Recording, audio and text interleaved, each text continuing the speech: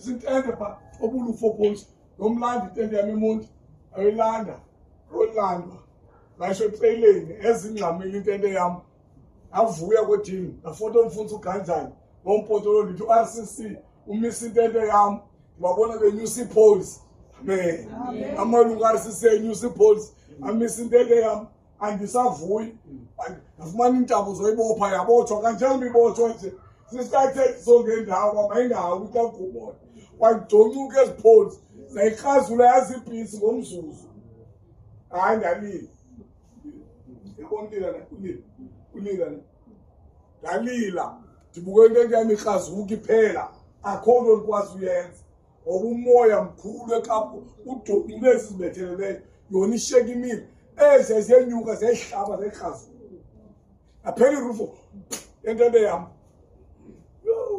ngalila yini ndiyibukele ndiyalila yini thixo ndiyalila yini kunene yam yini kunene yam yoyilanda emoti kungekasinzwa nomphefumulo omnye ibe seyidarudaru zesigqibo imisi yini thixo kunene yam ndanomsindo ongcwele ndandiyaxoka uSathane ndandikanje wale kintente buti wala hayize sikungiphelele ngibhala nishop amayintente siniswa abantu nobhala wabantu abasiniswa ngilama mbhasela engwini ebhala abantu abasiniswa amen amen uthi ngokubuthi wenza official opening tentente official opening kwenza abantu kwezi members ka back to God be reaching kwenza RCC ebekuthwesa yenze lententeni sayoyenze lenkonzweni ngaphakathi injalo bahlungu ihliziyo yami ngoba bendifuna official opening yenzelwe ententeni kule ndawo kuzwe kuyo incinci la emsebenzi amen amen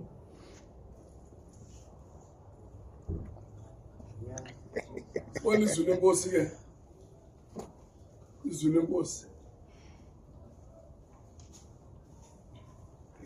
sawuthela ngento ethi unakho bawuvama bethina bambi lothi uthela mfana oh ndinguthembelani Richard Ngumeni sindisiwe ndingwasemoti lokisha nto kusemdantsane ndingumntwana kaThixo ozono zikole weyo ndisekapa bandinto kusekhayelitsha amen amen ndisazisile ke bese bawungathi ngubani lo wathi igqisa thetha athi pray bona izwi lenkosi Juda verse 24 liyeke mama jele wena sezo liyeke kuna sindeqhubeka ngokuthula ubetho ngomso mawuthi ningapheli nini Juda verse 24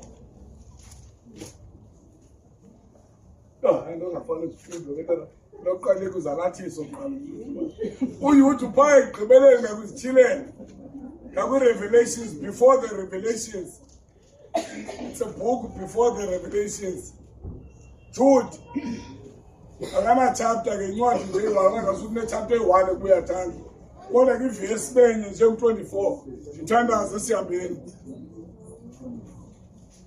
Uyafundela kana ke English ne? Verse 24. Sambela ngikuncedisa. Andona ngibona kwathi le ndawo sekunda kumayi. Yathi uGristu ufundwa ntwana yo uyamuse kuMateyu wena. I love you. Uyamuse kuMateyu wena. Funda ke. Verse 24. Yes. To him who is able to Baba. Funda isiXhosa. Bawa lizwi lawo sicela usebenza selo Nazareth amen. Phinde bela kulowo kutheni? Kulowo ke kuna. Hlala phansi. Kulowo kutheni? Kulowo kutheni? God is able. Sisayivula lesele. Sisayivula lentente. Zonke izinto ukusibathandazelwe. God is able. Ndimbonile senza izinto uba ndizothi unako ndikutsho ngoba ndimbonile uba uThixo unako. Our God is able to do everything. Ayikho into angakwazi uyenza. Noma intoni oyithandazelayo, noma intoni oyifunayo, God is able. Nangoko uThixo wakho unako.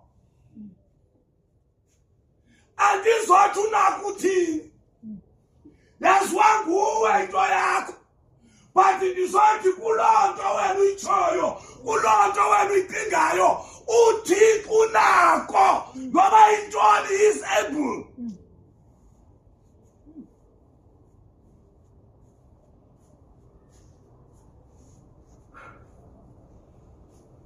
You know, amadoda ayi-3 athathwa asiwe emlilweni. Kulojonga uba niqubuthi nina apha kulo kumkani kanye kwethole lezile kanye kule wendi yezile. Uba niqubuthi sanithatha ndibasa umlilo. Lo mlondo ubasayo ndiyawuphinda-phinda. Uba ngaba niqubuthi ndiza kunifaka lo mlilo nithi zena zathi our God, the one we serve, He is able to save us. Kodwa laba akasihlangulanga kuyakwaziwa lethi bangebakumkani singaqubuthi kuloThixo uthi masiqubuthe kuye yile bakukho uThixo simaziyo okwabala yena unako.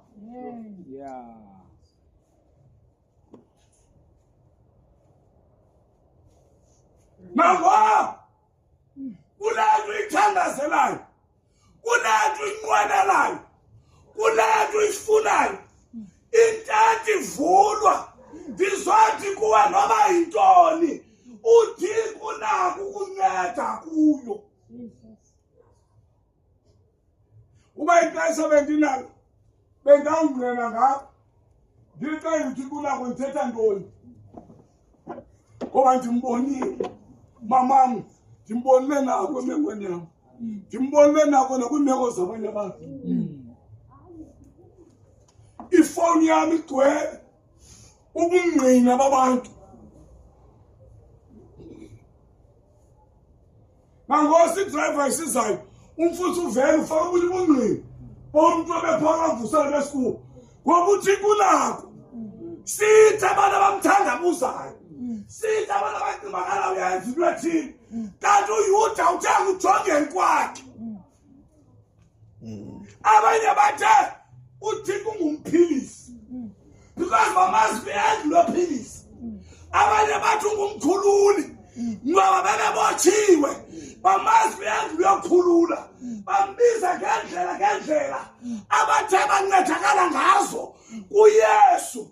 Naw ngoku uYuda xa kufika itheni yakhe ekufuneka akhawuntila ngoYesu, yena akathi uyahlangula, akathi uyaphilisa, akathi uvusa kufeni. Uthi uThixo nako ngoba uzibona zonke ukuthi uyakwazi uzenza.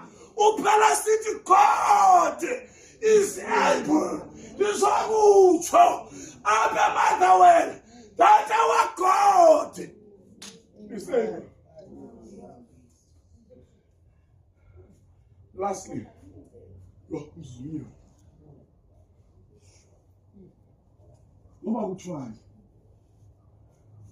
njengoba nilapha nje andiyazi ingxaki yakho, andiyazi ukuthi Thixo xa uyivula le ntente andixa ndithethayo ndithi ndancedakala mna day one. Athi xa ivulwa laa ntente ko-10B, athi xa ivulwa laa ntente ko-10B, kanti uThixo ujonge uzonceda mna kule meko. Andiyazi mna, uyayazi wena, kodwa into ethi tyhini ndavula intente kwaba nento ethi mandiyi kwabakho ezithi mandingayi bathi ngohlula ndaya kanti uThixo uzonceda mina kanti basenthandaza bakoyike laphambi senthandaza bangabona lo mthandazo othi Nkosi ubangabonakho nansi ingxaki yakho nansi imeko yakho. I'm not curious. I'm not going to ask you imeko yakho. I'm not going to ask your situation.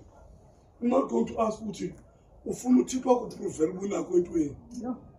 Uvula intente Thixo khabonakalisa ukuthi wena unakho ulena yani imeko.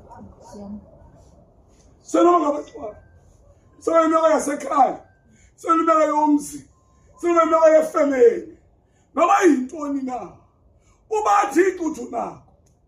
Amen. Izolo ngakumthemba izolo pha